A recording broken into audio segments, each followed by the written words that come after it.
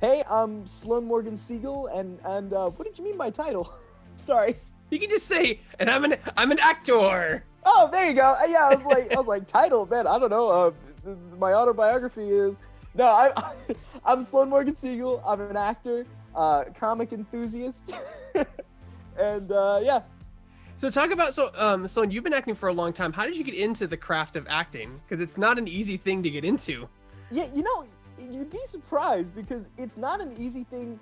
I think it's an easy thing to get into. It's not an easy thing to keep going. Because that's the thing, is like anybody can just walk into a studio one day and get booked in something or audition for something. I mean, now that everything's online, everyone can do self-tapes, and it can be anyone's medium at this point. But what's really hard is keeping it going. So like how I actually started was I heard a radio ad. Like that's seriously it. Like my mom heard a radio ad in the car, picking me up from school. And I was doing some theater at the time just for fun, and she was like, "Hey, there's this like acting school on the radio. We should give it a try." We were like, "Yeah, why not?" So we drove like 3 hours away. It turned out to be this big acting school. Thought it was a scam. Should have been a scam. I would say my life should have been a scam, but it wasn't. And I got a scholarship into the school. They sent me to the dreaded word showcase, and I auditioned for a bunch of people. I got sent to LA. I started, regularly auditioning. I never realized I was actually going to leave home permanently, so I was here in an apartment, and then I moved to renting a place with my family, and then we moved to buying a place, and then I just never went home. So that's how I started acting, and that's how I've kept it going. You're originally from Washington, right? Washington, D.C., yeah. I'm originally from Martinsburg, West Virginia, which is a small town on the border of Pennsylvania and Maryland. It's an hour train ride to D.C., hour train ride to Baltimore. I went to school in West Virginia mostly, and then I went to school in Maryland. Like it's kind of like that, the border to everywhere, But I grew up on a rescue farm in the middle of nowhere, across 100 acres of cornfield. Wow. And we rescued horses and dogs and cats and bulls and donkeys and goats, and we rescued all kinds of animals, and we just gave them a home for their entire life. And that's just kind of where I'm from. I'm from the East Coast. I'm not super California, and so like California at times I find myself being like, why am I here? But then I'm like, it's my job, and I love my job, so you know what, if I got to be in California for that, why not? Yeah, so you're on the West Coast now, right? You're on the yeah I'm on the West Coast. I'm in California. Yeah. Where all of us go, Hotel California. So one thing I really want to talk about is, obviously, I mean, you've been in a ton of stuff since it's shorts and television since 2011. But like with how did your career happen? What happened to your career with the COVID situation? Like, were you finding work? Was it hard to find work? Luckily, I was one of the few people that were already in an ongoing series at the time. I was very, very lucky, very thankful that what I was working on persevered, and I've been doing this show for 4 years. We were going to get our 5th and 6th season, and then COVID hit and everything shut down. As you know, the entire industry shut down for months. And then when people started to go back up and try and film, they essentially factored in COVID protocol costs, and they gave us a 5th season.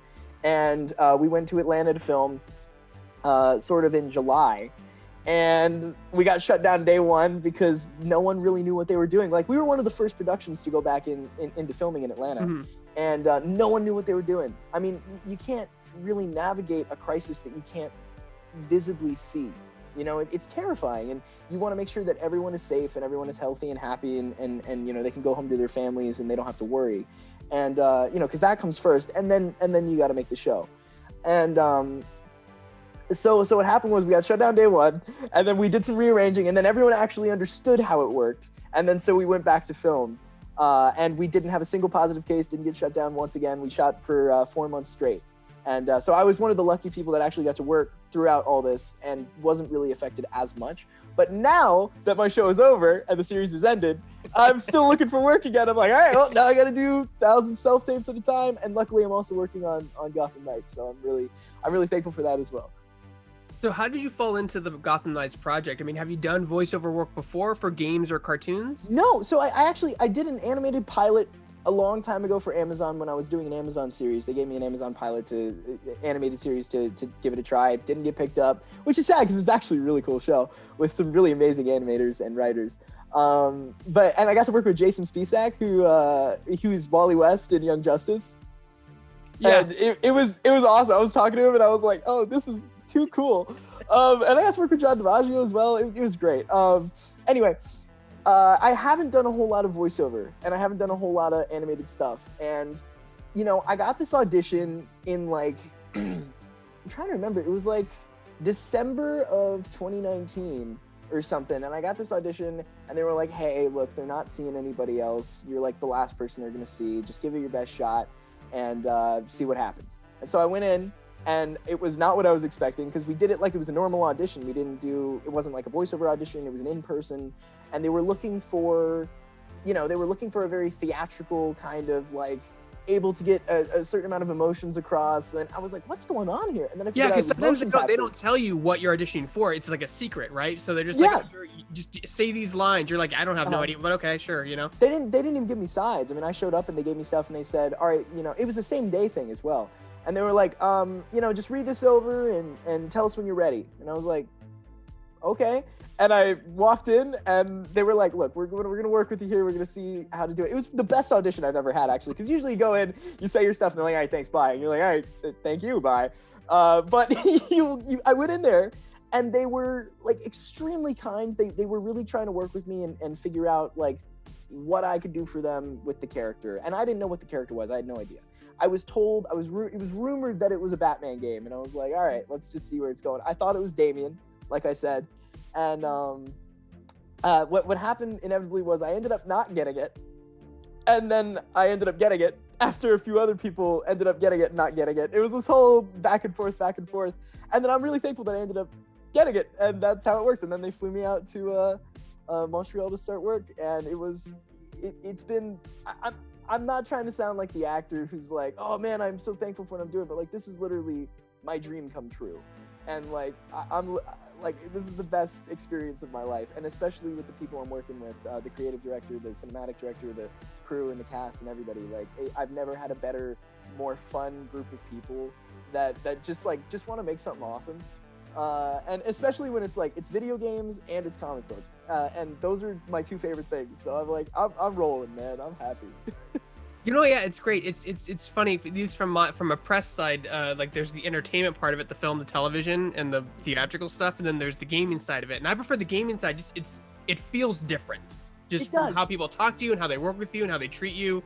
Not as much, not as frequently. I mean, I've been very lucky over the years that all the series I've worked on have been very welcoming. Everyone's been, you know, willing to work together, and you know, I've obviously at times, because I'm bound to, run into people who don't want to be as cooperative as others. And everyone's, you know, ego is probably the death of any project. You know, if one person has too much of an ego than everybody else, then no one's going to get anything done. And that is really difficult when you do encounter that. But luckily, I've barely encountered that. But yeah, I would say video games so far, because this is the only one I've worked on.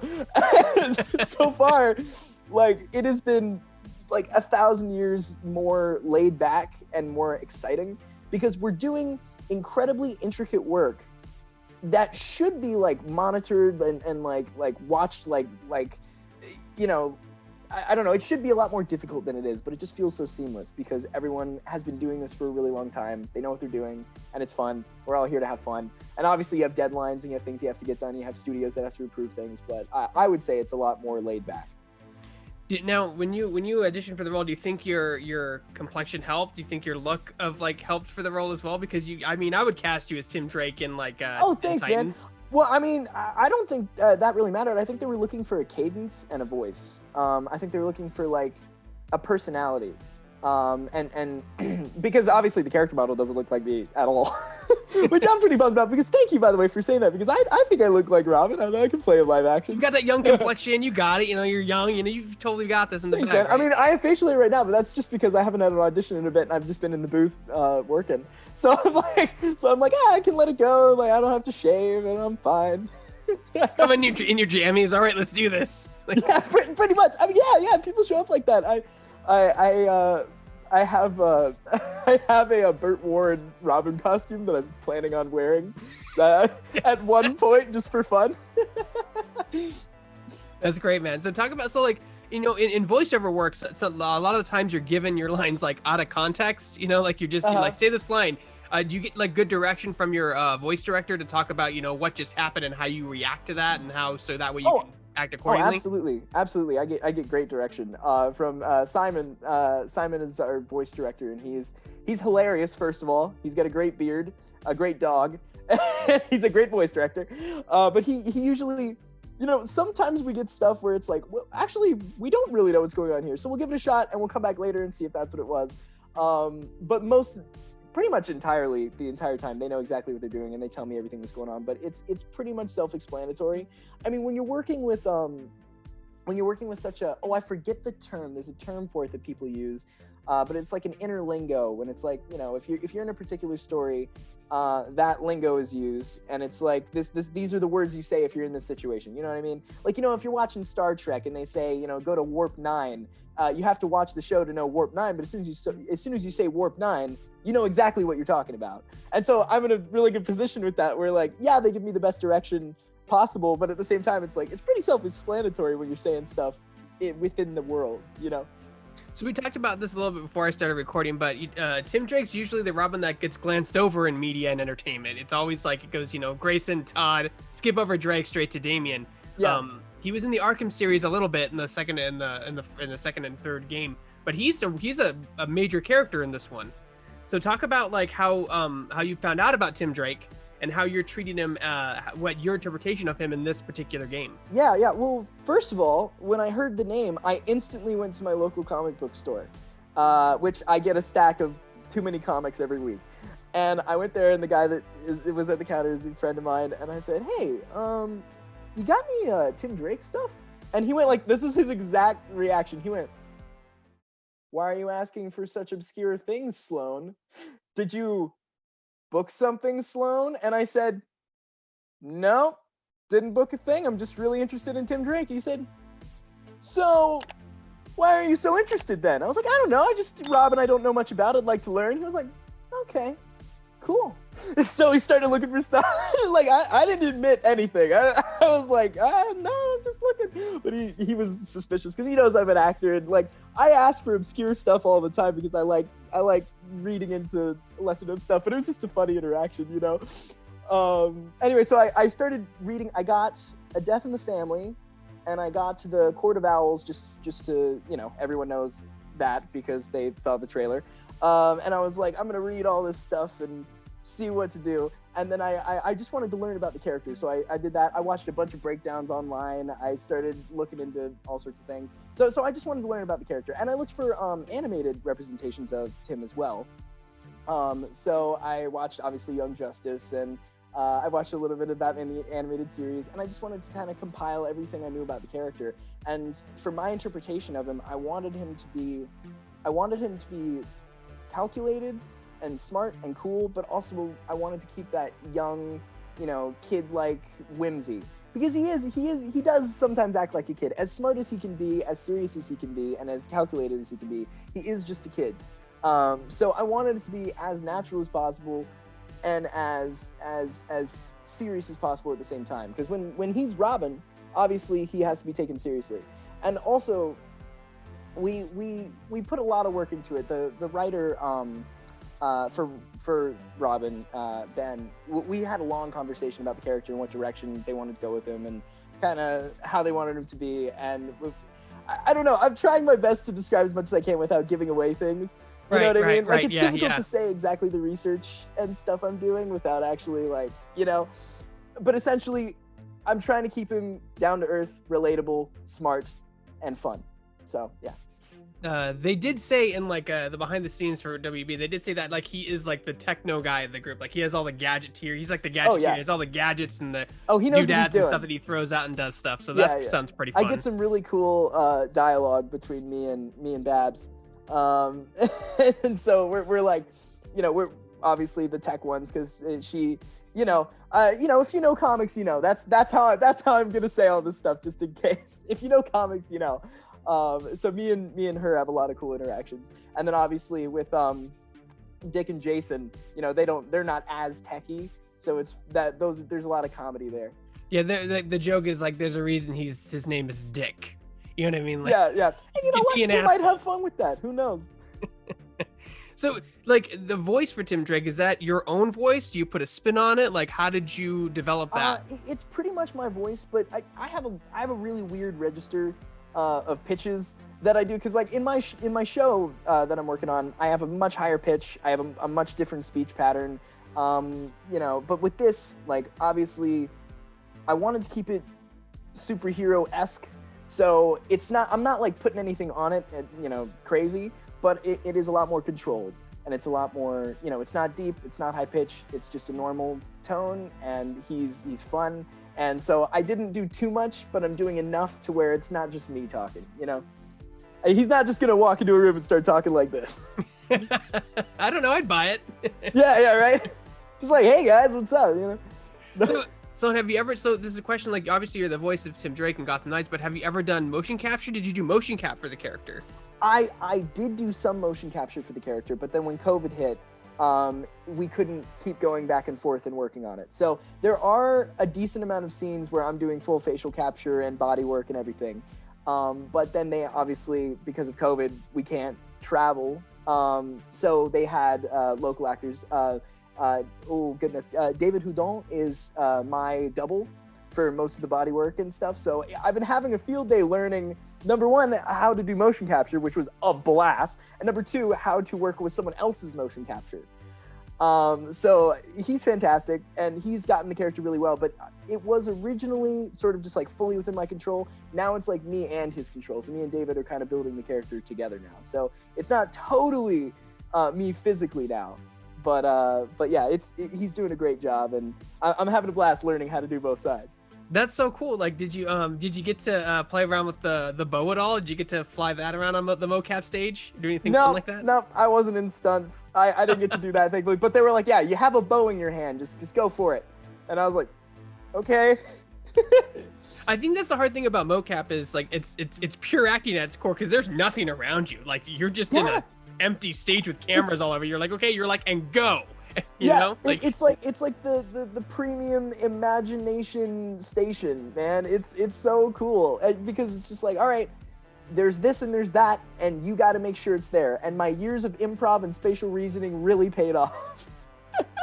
Yeah, because like in your show, like in like Dwight in Shining Armor, like you're on a set, you're on a location, you have people in costumes. Yeah, you got people in like full practical effects makeup and stuff. Yeah. But in this, it's just like, you know, you got a dude with some balls on him.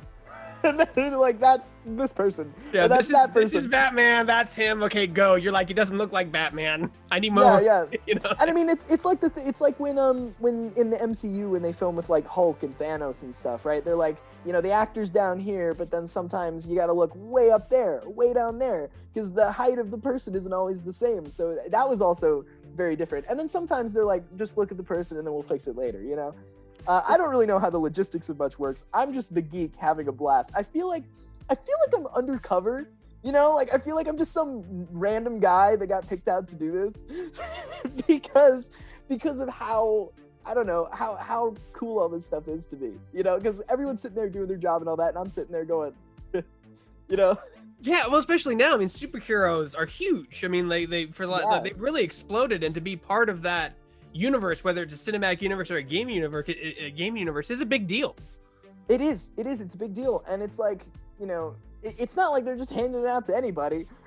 And I'm really thankful that I'm one of those people that they decided to choose for that. I mean, especially for such a well-established IP, you know, like it's Robin, man. Robin is huge. This is Boy Wonder. Household name. He's a household name. He is a household name. Everyone knows who Robin is. I mean, there's media, there's books and stories, and there's T-shirts like you're wearing now. There's collectibles. There's memes. There's everything, man. So I'm having a blast. So I know you can't say much, but what can you tell us specifically about your character and the story in Gotham Knights? What can I say specifically about the character? Yeah, and can you say anything at all? I know it's totally under wraps, especially since it's been delayed till next year. Okay. I'm doing my best. Yeah. So you saw in the trailer, in the world reveal trailer, Batman's dead, right? So my big thing with the character that I wanted to focus on is that, you know, we've seen what Batman without a Robin is. I mean, that's why Tim Drake was invented. Jason Todd was killed off by the fans, by the way. The vote. To a vote. It was the vote, right? And he was killed off, and then Batman took a much darker turn. Batman was unhinged. He wasn't doing well. He was making poor decisions. He was hurting people more than he was bringing people to justice. And so Tim sees that, and Tim says, and this is the comics history, but Tim sees that and says, Batman needs Robin. Batman needs someone to remind him of his code. And so that's why Tim Drake was invented. So the whole question is, like, we've seen Batman without a Robin. What is Robin without a Batman? And so that's what I focus on with this character, and that's the big thing, is like who is the boy wonder without the Caped Crusader? Who is he? Why is he here? The whole purpose of him being created was to be the sidekick. And then now that Batman's gone, it's like, well, what's his purpose? Is he a hero in his own right? Does he deserve the mantle still? Does the mantle even deserve to exist still? And so that's his sort of journey that I'm taking him on. That sounds great. It sounds I'm really interested. I love those arcs. Who is Robin? Like, is he just a Batman sidekick? Is he his own person? How does he become his own hero? That story is great. It's such a great plot line. And that's the thing with all of us. I mean, obviously Nightwing and Red Hood and Batgirl are their own heroes. I mean, they're all their own heroes with their own right.